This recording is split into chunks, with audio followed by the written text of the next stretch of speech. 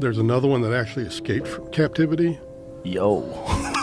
But he actually convinced his interpreter or his interrogator to help him escape. What? Because the program was trying to get him to open a portal for them, and they wanted control of it. You already know what it is. It's your boy Laid Back with another reaction, another review, another episode. Hey, TikTok, you up to bat. Bow. It's your boy Laid Back. Welcome back to my channel. Hey, two things we got to do. You got to hit that subscribe button. I'm drinking this water. You already know what it is, man. You are the prize in 2025. You are the prize in 2025. Make sure you hit the like button. Make sure you hit the notification bell. Stay up to date with all the videos. The merch just dropped. Crispy. This is the hardest design I done had, period. You should definitely get you one. I'm just saying. It'll be under the video if you want to check it out. So we back with another conspiracy extraterrestrial. There's some stuff going on in this one, man. You make it to the end of this one, you a real one for real. Don't forget to put that. Also, we're trying to hit 1,000 comments over here, man. 1,000 comments. I'm hearting every comment too. It take a while, but if you go through, you be seeing I be really hearting it too, man. And I be reading the comments, man. So I might not respond to everybody, but I be reading it. But let's go ahead and get into it. Fire Squad, what's popping? Let's get it.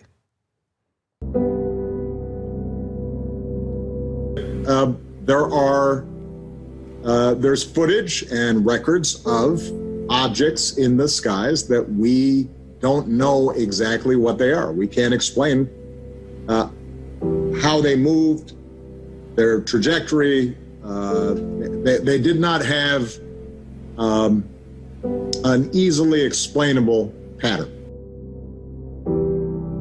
Imagine a technology that can do 600 to 700 G-forces, that can fly at 13,000 miles an hour, Dang. that it can evade radar, and that can fly through air and water and possibly space. And oh, by the way, has no obvious signs of propulsion, no wings, no control surfaces, and yet still can defy the natural effects of Earth's gravity. That's precisely what we're seeing. The government has already stated for the record that they're real. I'm not telling you that. The United States government is telling you that. That is true. These vehicles seem to have unlimited loiter time, which we don't have. Then the acceleration is far beyond anything that we're capable of. Well, I don't believe they're coming from foreign adversaries. If they were, why, that would suggest that they have a technology which is in a whole different sphere than anything we understand. And frankly, China and Russia just aren't there. Do we have any sensors underwater to detect on submerged UAPs? Anything that is in the ocean or in the seas? So I think that would be more appropriately addressed in closed session, sir. What? Now, I know what you've seen is what those Navy pilots saw in 2004, and there have been some 300 sightings since then. And I've talked to those pilots, and they know they saw something, and their radars locked onto it. And then all of a sudden it was here on the surface, and then it's there. And they don't know what it is, and we don't know what it is. Lieutenant Graves told us pilots training off the Atlantic coast see things like that all the time. Every day. Every day for at least a couple of years. Wait a minute, every day for a couple of years? I think some of the phenomena we're going to be seeing continues to be unexplained and might in fact be some type of phenomenon that is the result of something that we don't yet understand and that could involve some type of activity that some might say constitutes a different form of life. And the main issues that Congress and others have been concerned about are basically safety of flight concerns and counterintelligence issues. But of course, there's always the question of, is there something else that we simply do not understand that might come extraterrestrial? Can't even say it. The immediate concern is very twofold. One, this is a technology that we don't completely understand, and it seems to be defying our understanding of physics. And secondly, whoever's operating it or whoever's behind it these aerial phenomena seems to be keenly interested in our military capabilities. You know, there's a tendency for the UAP sightings and developments to occur around military assets, especially, it seems, around our naval assets. The fact that this is in our airspace and it's real, that's when it becomes compelling, and that's when it becomes problematic. The question is, what is it? What are its intentions? What are its capabilities? Do your own research. Independently obtained, previously unseen video obtained from a secret UAP craft retrieval program. This extraordinary footage clearly shows an egg-shaped object dangling in a sling below the belly of a helicopter.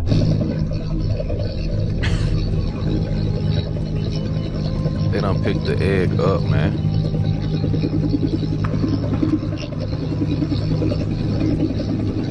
Let's slow this down to take a closer look. That's an egg-shaped UAP suspended from a 150-foot long line. We're told the craft is about 20 feet long. The egg suspended in a cradle. And look how careful the pilot is as they bring their precious cargo into land. Let's freeze frame here to look at one of the clearest images of a UAP ever taken. This is no blurry light in a distant sky. The source of the footage putting themselves at incredible risk to record this UAP retrieval. Look at how perfectly smooth the craft is. No markings at all, and no visible means of propulsion or way to see inside. Watch how it rolls, almost graceful as it hits the ground, despite being wrapped in the ropes and canvas from the cradle as it's dropped for pickup. The UAP's final destination still unknown. Can I say I'm very convinced that Jake Barber is a former top Tier 1 military personnel. He's served at the highest levels of the US military, the US Air Force. His service is corroborated by 3 people on the program, and 2 of his colleagues who've worked with him on what he euphemistically refers to as the range where these objects were recovered, are backing his story. And they are also former Tier 1 operatives, the very highest elite of the US military. We've been able to confirm Mr. Barber's service with him. We've been with him when he's gone to give evidence to the Senate Select Committee for Intelligence, and we've been watching over his shoulder as he's also briefed ARRO, the Pentagon's UFO office. And it's quite clear everyone's taking his information very seriously. The big question is anybody going to do anything about it? Probably not. The first one was brought to us by a law enforcement officer out west, where he observed a large orange orb floating several hundred feet above the ground a couple miles away. He went to investigate what was going on with that orb. And as he was pulling up to the location where he thought would be below the orb, about 40 to 60 meters away from some object that was, the area was well lit, he saw a blacker than black object. He said it was about the size of a Prius, 4 to 6 feet wide. And as he got 40 to 60 meters away from the object, it tilted up about 45 degrees, and then it shot up vertically. He says 10 to 100 times faster than any drone he's ever seen before. Dang. And it did that without making a sound as far as he could tell from inside of his vehicle. And just as it left his field of view through his windshield, then it emitted very bright red and blue lights that illuminated the inside of his vehicle as brightly as if someone had set off fireworks just outside his vehicle or street flares. So that's anomalous because of the size of the vehicle with the great acceleration. And when he came back to investigate that area, he found no disturbance of the ground beneath it. He said blacker than black. Just, you know. What did they look like? I guess it's a pretty typical description nowadays. Very large eyes, hairless,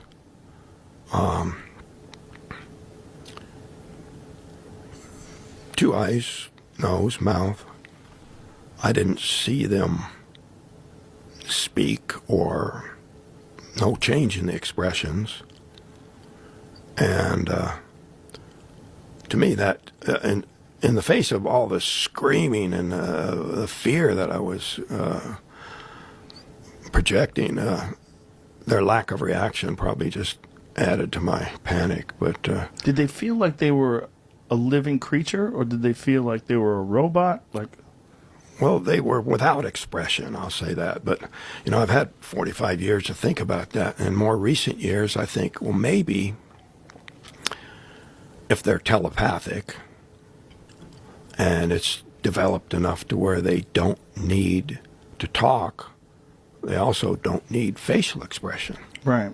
And so their ability to communicate with each other would be much richer and more complete than we have. And speech and frowns or smiles or whatever would become obsolete pretty quick. Yeah. Well, that is a theory about where human beings are headed.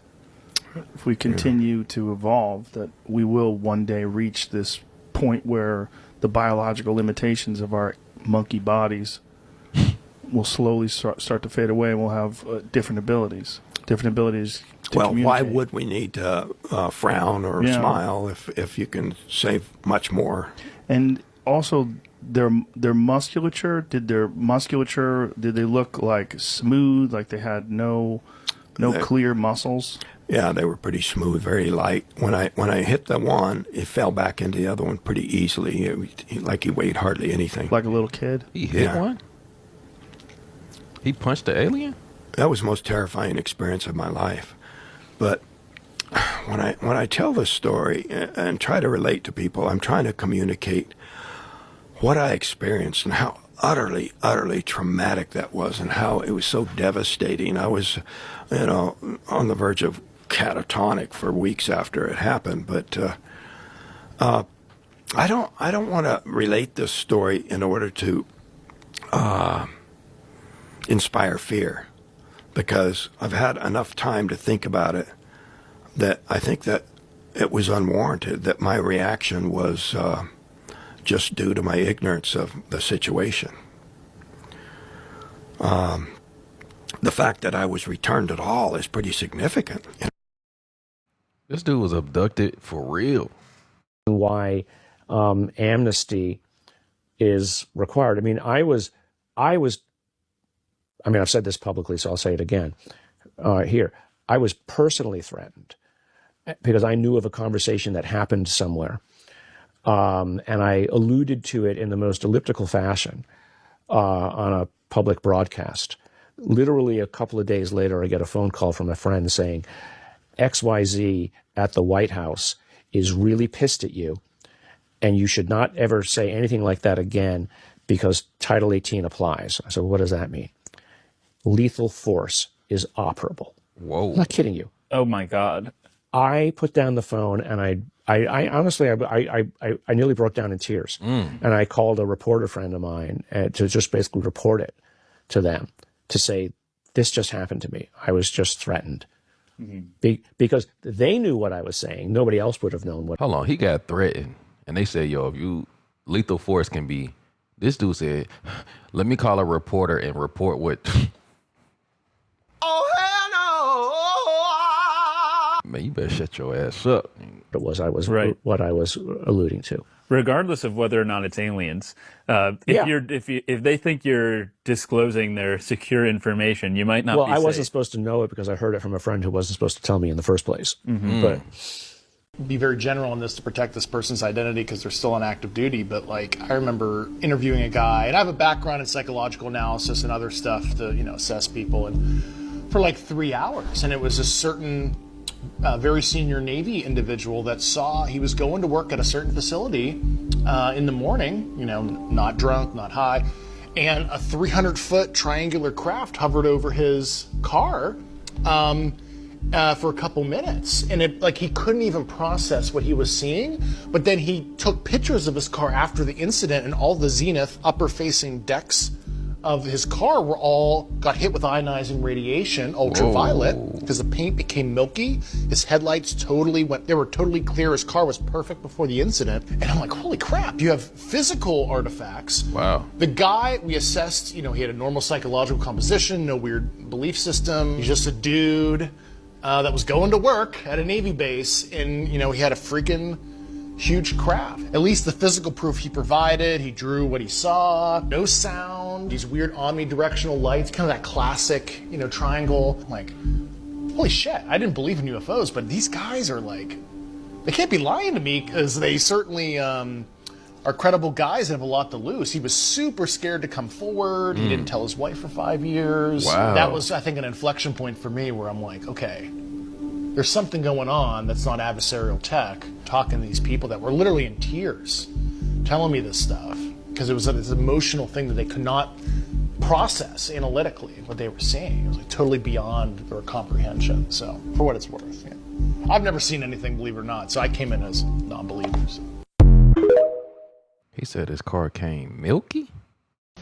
Also, I also know that they never would notify the media when an interesting case came up. They did everything they could to keep it down. So they definitely withheld information, substantiate the credibility of many of the civilians, because it was easy to, and still is, to discredit a civilian. Much more difficult to discredit a military man. In Blue Book, for instance, we would get reports from military pilots, and that was particularly embarrassing to the Air Force, because after they had trained those men, and they couldn't very well, they could say that a civilian pilot might have been untrustworthy, but they could hardly say that to of their own military pilots, and we got case after case after case from military pilots, which never hit the press.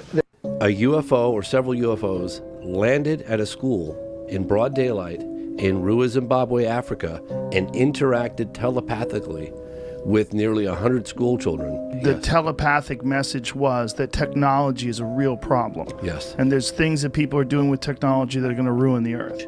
We tracked down the witnesses today. We flew them in from all different corners of the world, and they got within arm's length of these beings. You've got all these children saying what they saw on camera after it happened. And if you saw him again, what would you do? I'll ask him what is he doing on Earth and what does he want with us. He had a big head and big black eyes and was dressed in a black bodysuit. Children don't lie.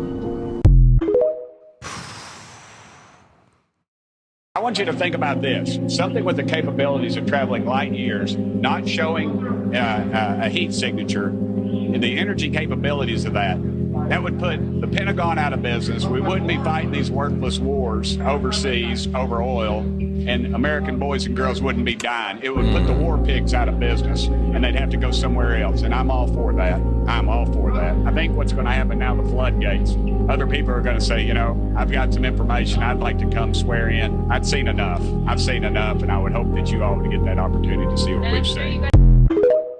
That's real.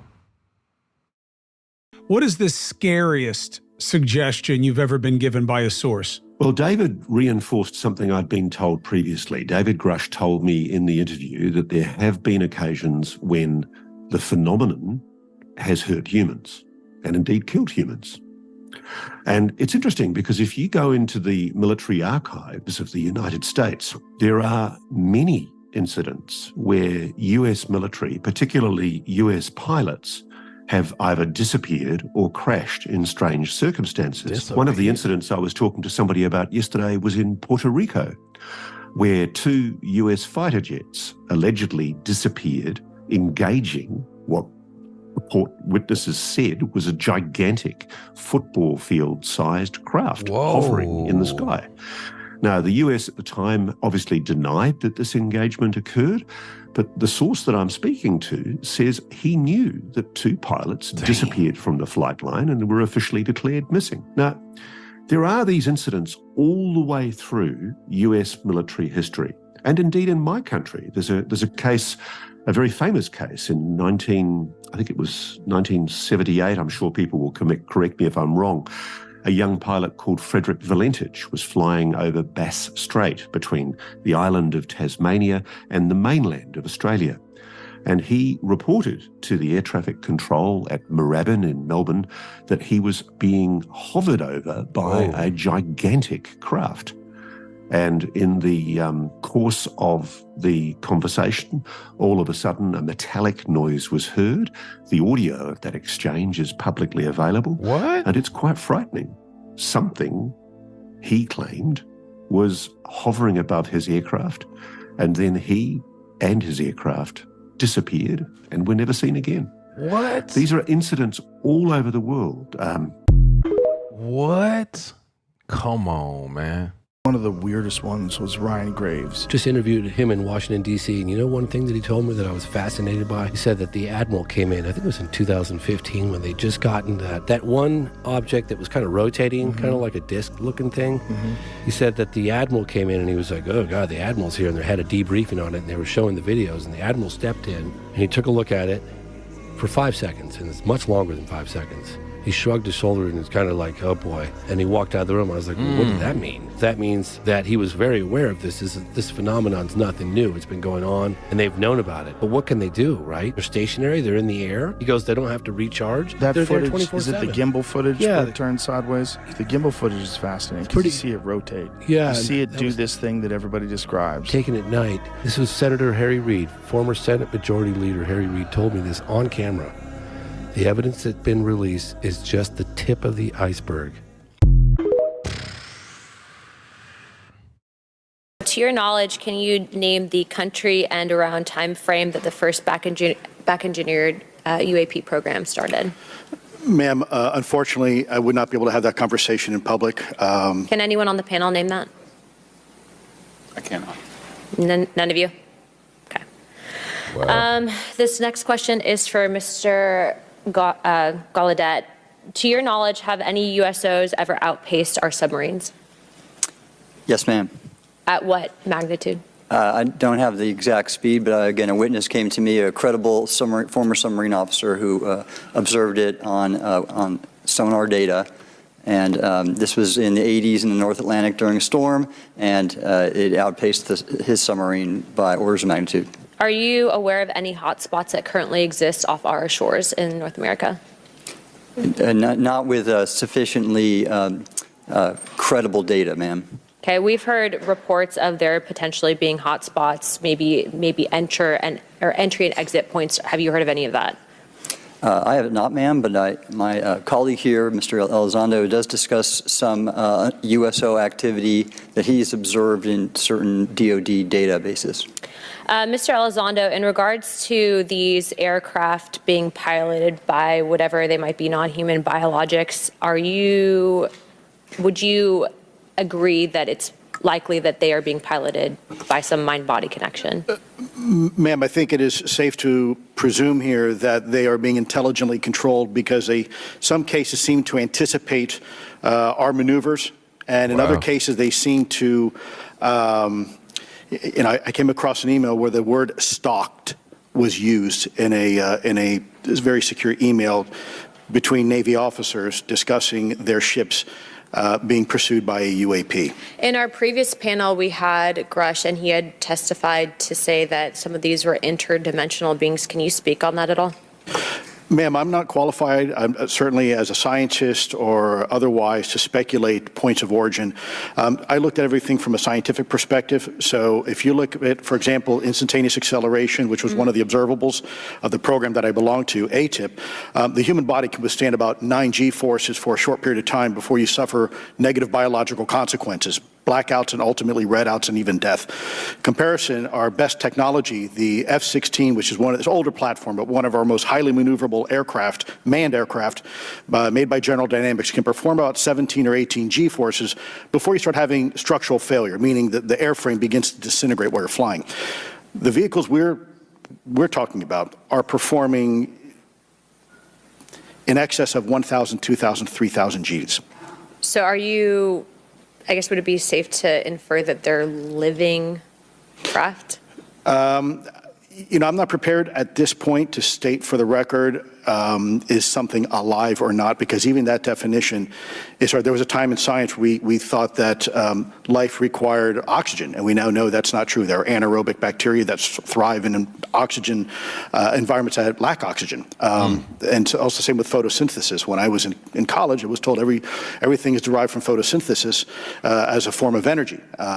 In reality, that's not true. There are things that live off of chemosynthesis. So we're constantly having to reevaluate our understanding of what the definition of life is. Do any of you ever come across reports from people that claim to have firsthand experiences with these entities, whatever they might be, or these aircraft, and then as a result, whether or not they're religious, find that these things will automatically disappear? Anyone, and this is open to any of you on the panel. So just real quick, because I'm running out of time. Lou? Ma'am, I've always been a nuts and bolts kind of guy. When I was at ATIP, I was focusing more on the performance characteristics and less on the potential occupants. Okay, the reason I ask is because it seems like, just based on our conversations, that we've had people that say that there are good and bad of whatever these things are. And so my concern from a national security perspective is A, that true? B, are you guys hearing the reports of that? And C, I think moving forward in regard to technology, Mr. Gold, if you can answer this real quickly, some of these aircraft, it seems that they are operating off of energy that we don't currently have. But just yes or no, in your opinion, if we were able to obtain that, would that impact humanity for the better or negative? Would certainly save us some money on funding on Artemis. Definitely. And this is a national security issue, that if there is such technology out there, we're not the only country that might have access to it. We don't want to be on the wrong end of technological surprise. Okay. Thank you guys for your time. All right. Thank you. He didn't even answer it. He didn't really answer it.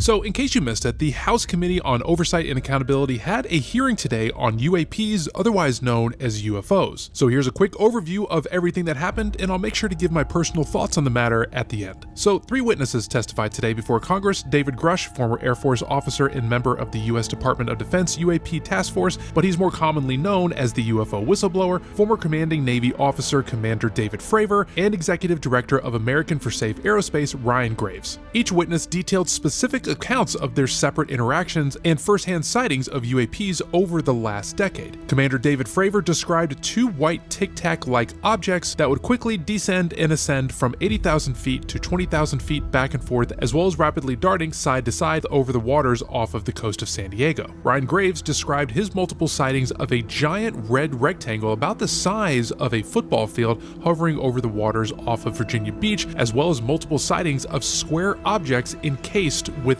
a clear sphere. David Grush expanded on his information that he has already released and gave further context on his statements of leaked information about the U.S. government knowingly concealing information about alien crafts, the existence of intelligent alien life, as well as the U.S. government's active alien spacecraft retrieval program that has been in operation for decades, that is both retrieving alien objects as well as attempting to reverse engineer them. Each witness expressed to Congress a common national security concern, and they also gave accounts of silencing efforts either through intentional lack of briefings or threats of violence as retaliation for coming forward about this secret information by members within the U.S. government. Each witness called for increased transparency on these sightings, as well as expressing a need for detailed information to be given to the public about these UAPs, as long as any information given doesn't reveal vulnerabilities in national security. And while these accounts have mostly been presented before, this congressional hearing adds a level of legitimacy to the discussion of whether or not UAPs or aliens are real and whether their existence is being covered up.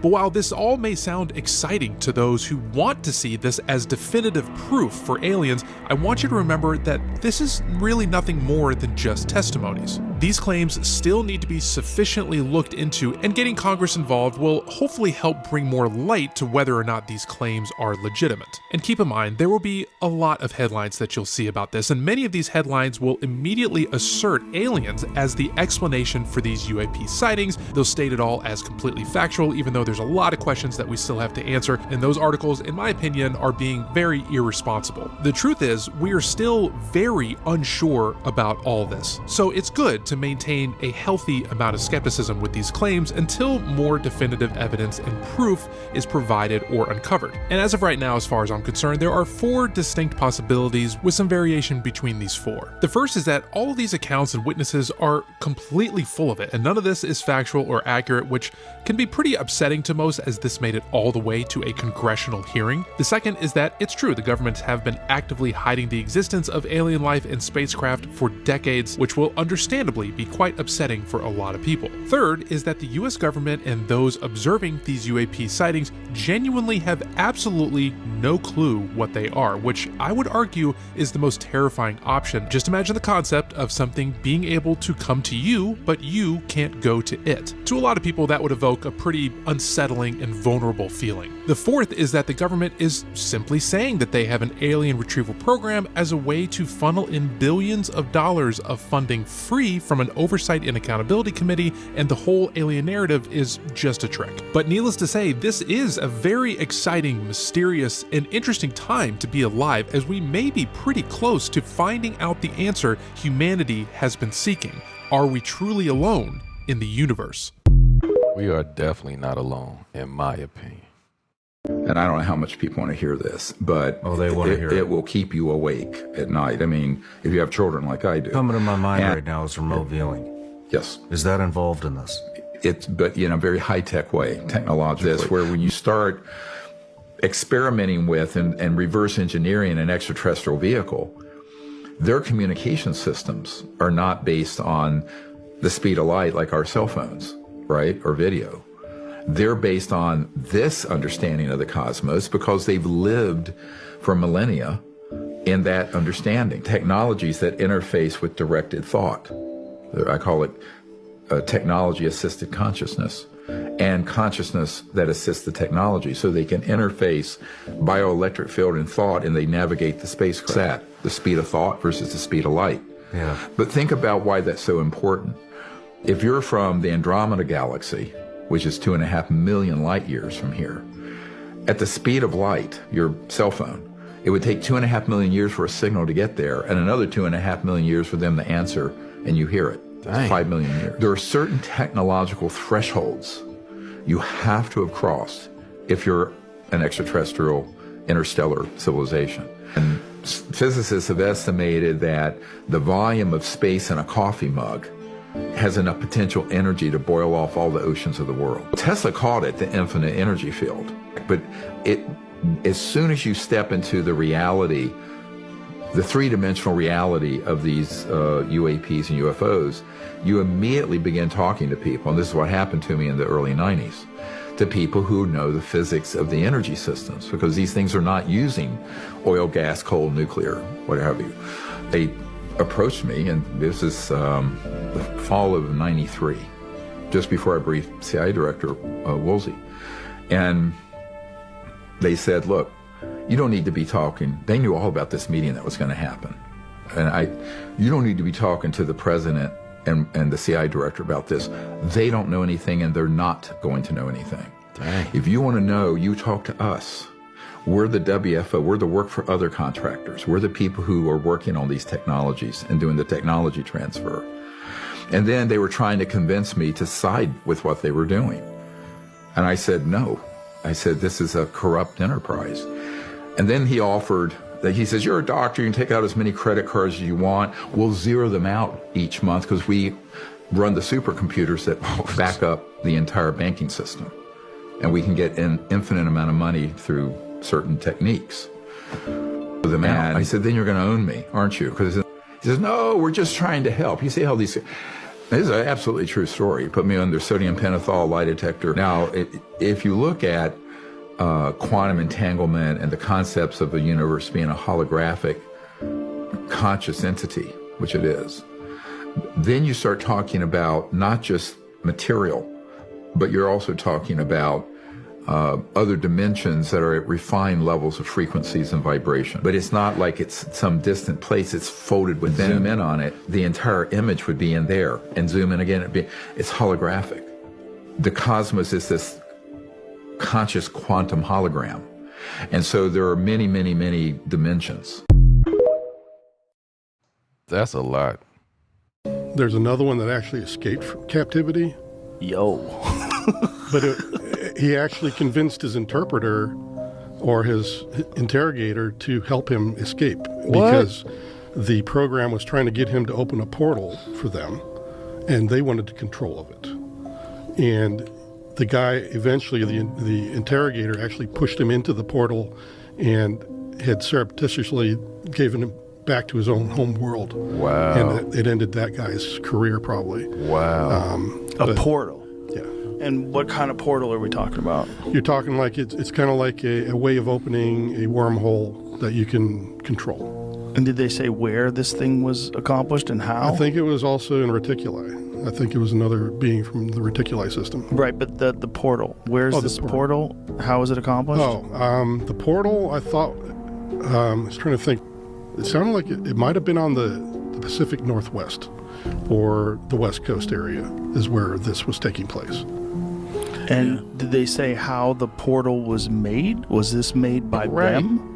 They had recovered parts of one, and they were trying to complete it, and they were trying to get this being to help them complete the portal so that they could use it for their advantage. Like a Stargate. Yeah. Like a real Stargate. Correct. Yeah. He convinced his interpreter that if he didn't get back and if he didn't get home, really bad things were going to happen. And that guy just kind of felt like, hey, I got kids and whatever. Right. I don't want society to destroy. Right. Plus, he had some compassion for him. Yes. He's been working with him for a while. Yeah. So when he got the chance, he was just like, get him in there. I can't remember all the things. I think they had to keep this entity tied to a chair or something so he couldn't do anything, and that's why he needed the help of the guy that was the interpreter. He had to push him into the portal on the chair that he was tied to. Yeah. What is going on? So UFOs are real, and they've been here a long time, and that's the truth. But the lie is coming. All indications, like all of them, is that lie is going to be that there is a craft slowly making its way to us here on Earth. And that is the lie they're going to want you to believe. It's nuanced, how they explain that, the nature of that threat. But that 100% is the lie you are going to be told. You even got a date. People have been whispering a date for a long time now. I know where that lie comes from. Whoa, this is... The little grays are the ones that are supposed to be the most common. But to me, they're not frightening. I've spoken to them directly, and I think they're really very nice little guys because I've got to understand more about them. They are more of an android, a manufactured type. I call them the gophers. They're the ones that do the chores and do the errands. They send them down to do everything, and they don't understand what they're doing. It's kind of like the orderlies in the hospital, They come in and take blood and they don't care. They go in the next one and take their blood. And you say, wait a minute, I want to know what you're doing. And they say, I don't know. That's the attitude I have about them. They're just doing what they're told. And they might look frightening, but that black things that are over their eyes are not their real eyes.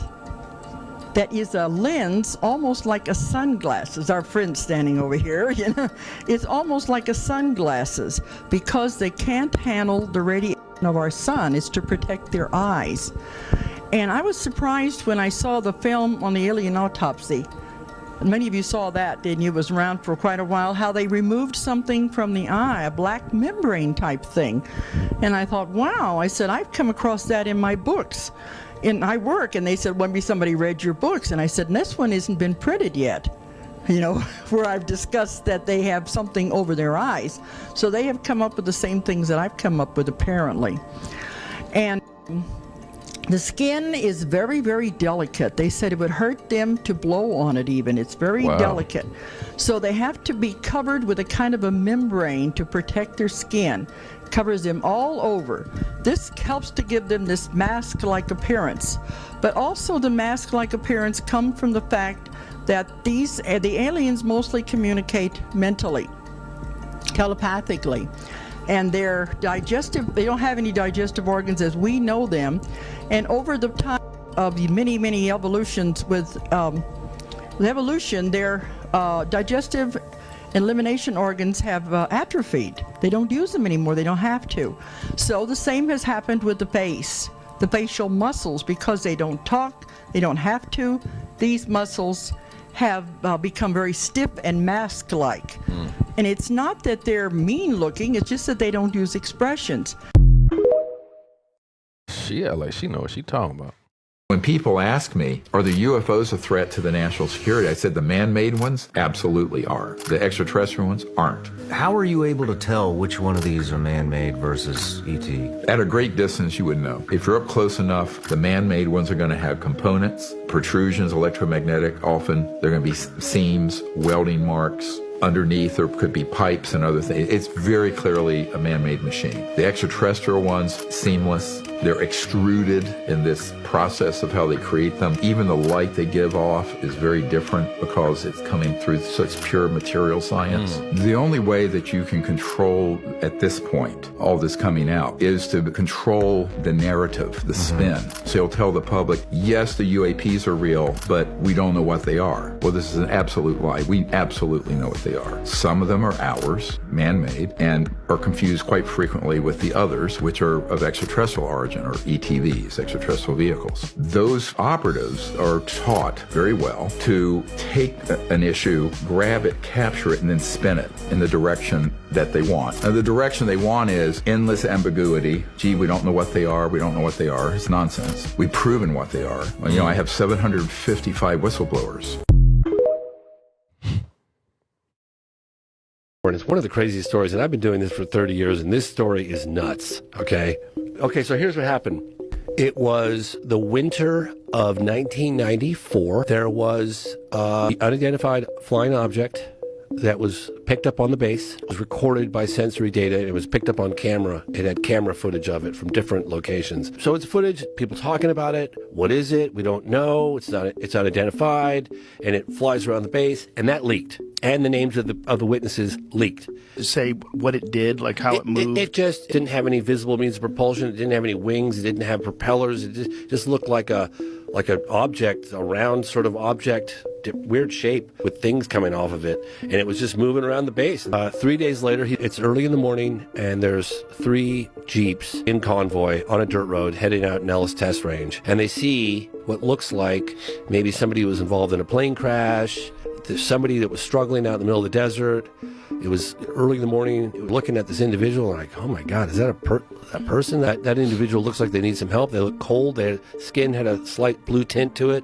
They're like, hey, stop the convoy. This person needs help, medical attention. Maybe they had a plane crash, and so we're going to help this person out. They pull the convoy over, and this individual comes up to the car. Jason Sands gets out the right side of the door, and as he's getting out, somebody in the truck screams, he's got no effing ears. He turns around and he looks at this guy, and he had the same kind of uniform that they had on, but the uniform was just immaculate. Like, there wasn't any dust on it, no dust on the boots, and he was thinking to himself, well, that's weird. This guy's got no ears. Is this guy some kind of mutant? And he looks at him, and he said his eyes were a lot bigger. He was just paralyzed with fear. It was really scary. What am I looking at? Is this a human? Is this a mutant? Is this an alien? What is this? And I starts talking to him in gibberish. But he said he started to understand, like telepathically, everything this person or entity, being, creature, alien, whatever you want to call it, was saying to him, and he was looking for some kind of metal. And he didn't know tantalum, and Jason Sands like, I don't know, you mean titanium? And he's like, no, tantalum or something. And this conversation goes on for a bit, and then the guy just wanders back off and gets into that little craft that looked very similar to what you just saw there, and flies away. And he said he sort of stair-stepped away, and everybody sort of came out of this comatose state, and off they went. Did you see any source of propulsion from the flying object, including on any potential thermal scans from your aircraft? No, there's none. There's no IR plume coming out, and Chad, who took the video, went through all the EO, which is black and white TV, and the IR modes, and there's no visible signs of propulsion. It's just sitting in space at 20,000 feet. In your career, have you ever seen a propulsion system that creates no thermal exhaust? No. Can you describe how the aircraft maneuvered? Abruptly, very determinate. It knew exactly what it was doing. It was aware of our presence. and it had acceleration rates. I mean, it went from 0 to matching our speed in no time at all. Now, if the fastest plane on Earth was trying to do these maneuvers that you saw, would it be capable of doing that? No, not even close. And just to confirm, this object had no wings, correct? No wings. Now, was the aircraft that you were flying, was it armed? No, never felt threatened at all. If the aircraft was armed, do you believe that your aircraft or any aircraft in possession of the United States could have shot the Tic Tac down? I'd say no. Just on the performance, it would just left in a split second. It looks like that we have a problem here that needs further investigation. Yes.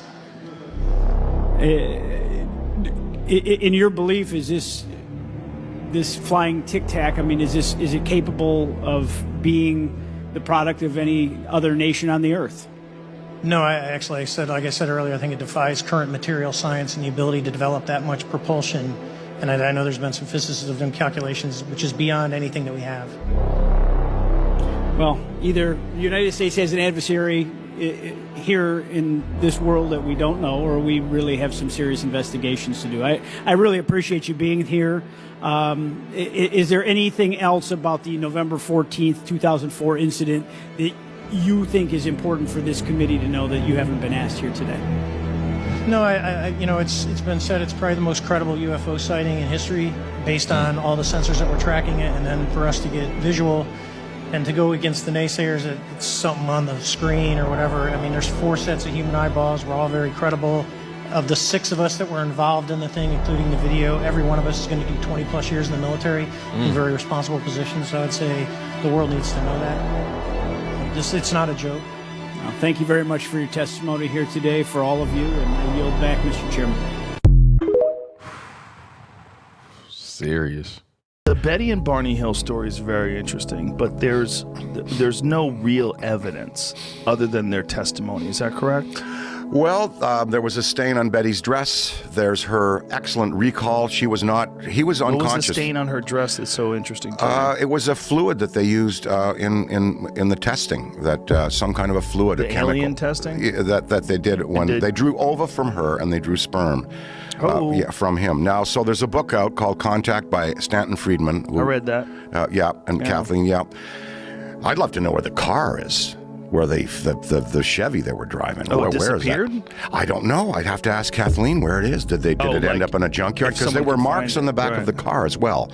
There were trace evidence in the back of the car. You know, Ted Phillips he goes around the world collecting trace evidence and radioactive signatures from sightings and landings.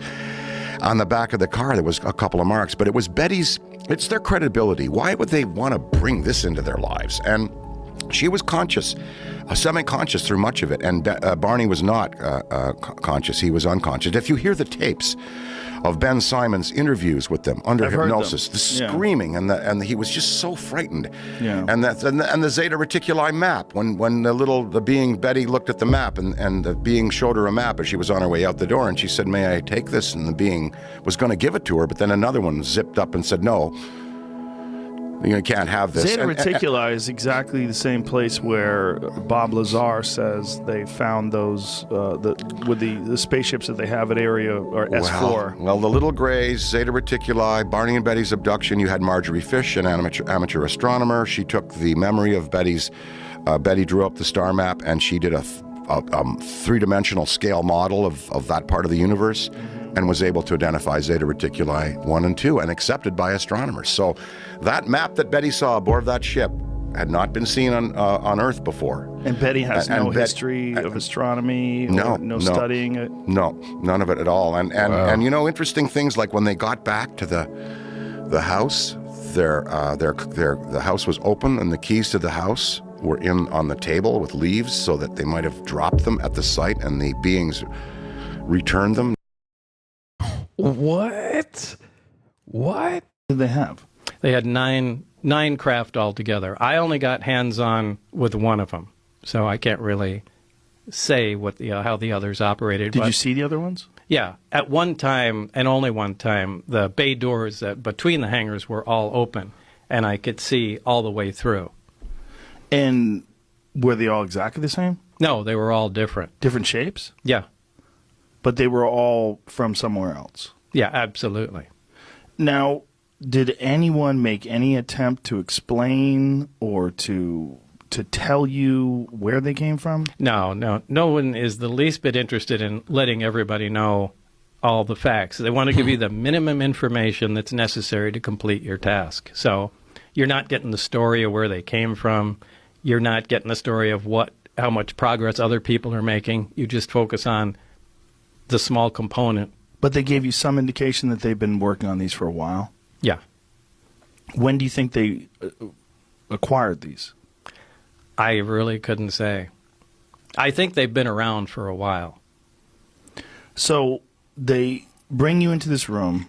You see this reactor working. You realize this is nothing that, as far as like the scientific community at current time, has the ability to create. We still don't. What is your life like from that moment on? Is that where everything changes? Because I would imagine the moment you actually make contact with something that's extraterrestrial, whether it's an object or a being, something where you can actually absolutely be certain it's not from here, your whole paradigm, the whole world you live in, is now a different place. Well, this is the only time it became exciting. You know, the rest of the time it was really an ominous feeling being at work. But at that time, it was exciting. I mean, now I knew we were on the absolute beyond the cutting edge of science. And I was so absolutely excited to be there every single time I was. This was a fantastic opportunity. And however, in short order, it began to concern me. We really have no idea what we're talking about. And the excitement kind of turned to dread at some point, because the amount of power we're dealing with is astronomical. I mean, to affect gravity, to produce the effects like this equipment does, takes... Damn. Up on radar. I've seen him do the intercept, and as soon as he's at the merge plat, that object went from 28,000 feet to the surface of the ocean in 0.78 seconds. And then all of a sudden, bam, it's gone. Bing! Disappears instantaneously. 5 seconds later, you can do the math, one of the radar operators radios into the F-18 and says, "Sir, you're not going to believe this, but the object is now waiting for you at your cap point." The cap point was an aerial rendezvous point 60 miles away, known only to a handful of Navy personnel and pilots. They go to their cap point. It's a secret. Nobody's meant to know this outside of the briefing room of the USS Nimitz. They get to the cap point, and what's there waiting for them? The tic-tac. It's there. It's waiting for them. It knows they're coming. The cap point, the meeting point in the air, where the planes were going. So there's obviously some kind of intelligence there. I've had people explain this to me, some of the fighter pilots involved and some of the defense officials who've investigated this. They've said that it's the fact that it was flagging to the most sophisticated, the most highly trained weapon systems in the American military. It's literally poking its tongue out at them. It's saying, I know you're there, I know where you're coming, your technology is hopeless against mine. It was showing its superiority to the most powerful country on Earth. That was the decisive turning point for the US military.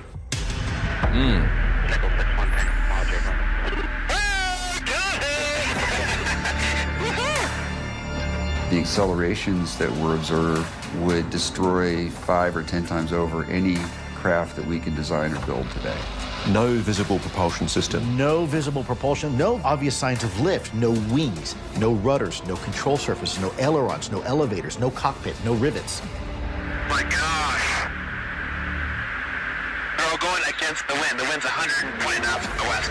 There were radical maneuvers that just are impossible for us to perform and to conceive of. I mean, we just don't know how anybody can do that. We just don't understand it. there has been successive revelations, statements made by active and retired members of the intelligence community and military, the release of the 3 DoD videos, and the acknowledgement that the phenomenon is real. This stuff is crazy. If you're going to go deep in the rabbit hole, there's like the grays that everybody talks about. And then there's another thing called the tall whites. The people have described them. They almost look like Scandinavian or something like that, like pale skin. Some alien life is probably, 100,000 years ahead of us, 700,000 years ahead of us, 1 million years ahead of us. But some alien life is probably millions and millions of years ahead of us. They probably don't want to fuck with us anymore.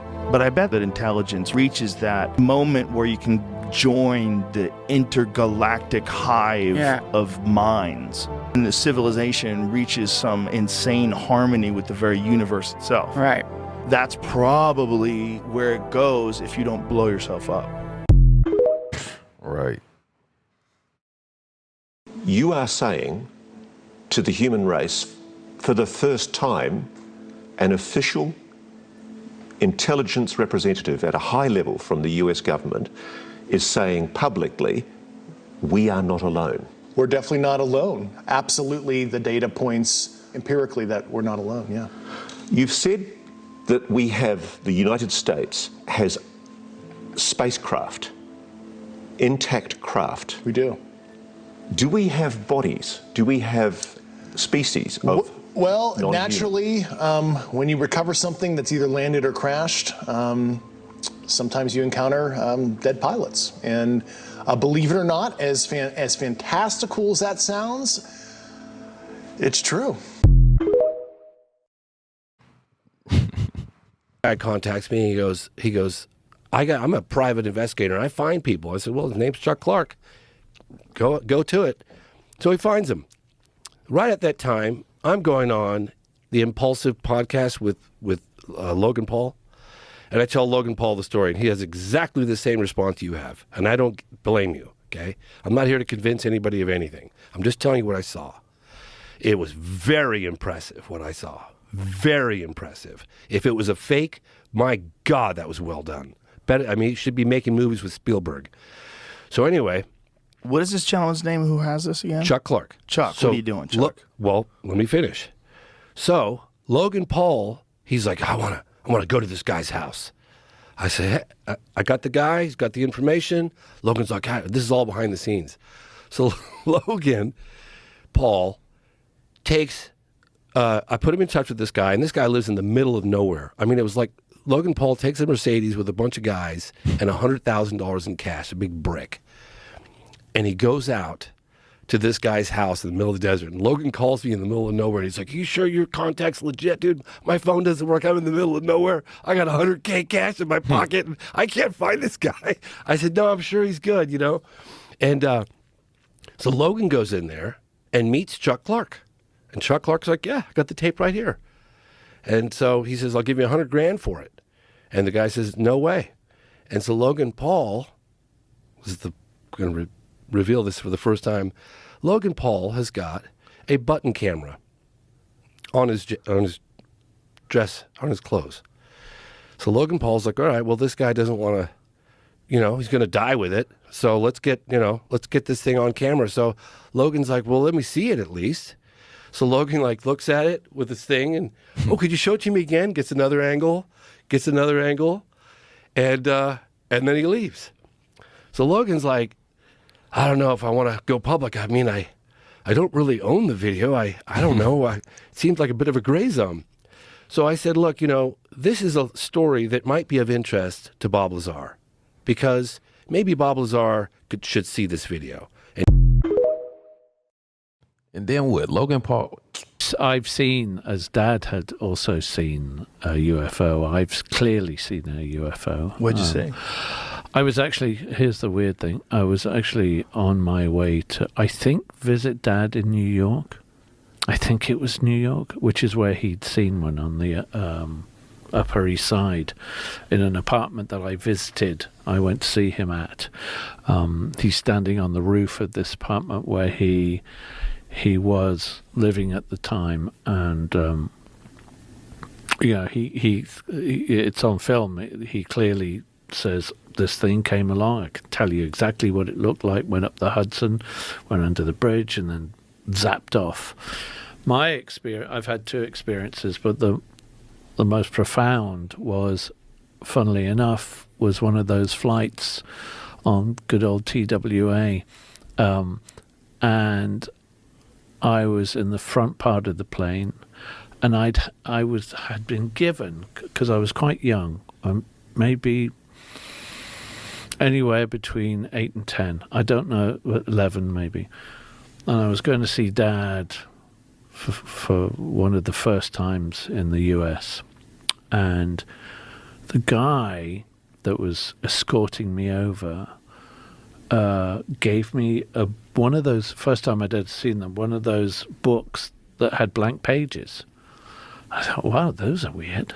Quite unusual. I'd never seen them over in England before, just these hardback, black covered books with nothing inside. So I had one of those in a colouring set, so I was, I guess, relatively young. Everybody had watched the movie, everybody had gone to sleep. I was staring out the bloody window as I normally do. And I was in front of the wing on the right-hand side. And I'm just staring out at the stars, literally. And I kid you not, all of a sudden I see your archetypal UFO with the lights around, light on top. It was silver, or have a reflective metal, with white lights all the way, pulsating white lights all the way around. It stayed there. I can't tell you how long. How far away from the plane was it? It was right there. It was 50 feet. 50 feet from the wing of the plane. Whoa. Yeah, in front of the wing of the plane. Did anybody else notice it? Nobody else was there. Everybody else was asleep. There was no stewardesses. There was nobody was around. What about the pilots? I don't. That I don't know. All I know is what I saw. God, I would have wanted to ask them. I guess I was kind of freaked out, or just okay with it. I can't even. How old were you at the time? 8, 9, 10, 11, something like that. And how big do you think it was? I would say it seemed about, the radius would be about the width of this room. Wow. But what happened was, so I watched it for a few seconds, but I knew we were going along at somewhere in between 300 and 500 miles an hour. I think the big old 747s used to reach that kind of speed. And it just started doing this, going up at the same speed. And I'm watching it through the window going up and over, and there was nobody in the seats on the other side. And so I ran to the other side and was at the window like this, and I was at a seat or two in front of where I actually was in here, and it came down the other side. This is on my mother's life. I came down on the other side, and sort of pitched itself there for a few seconds. Proceeded to move forward, what looked like relatively quite slow, and then literally just went and disappeared it forward, and that was that. And that was at sunrise, literally just turning to sunrise, because the book I had, I drew the whole thing and the light and what it looked like. Do you still have those drawings? Fuck, no. Damn. Tell me about it. I don't know. All right, guys, that was another TikTok compilation, man. Look, this extraterrestrial stuff is craziness. These stories, these eyewitnesses, these testimonies is wild. If you made it this far, you a real one for real. Make sure you put that in the comments. We're trying to get 1,000 comments on this video, man. Also, share this with the person you texting your phone last, man. Also got a TikTok playlist. If you into this, you can binge watch, but I'm gonna say proceed with caution.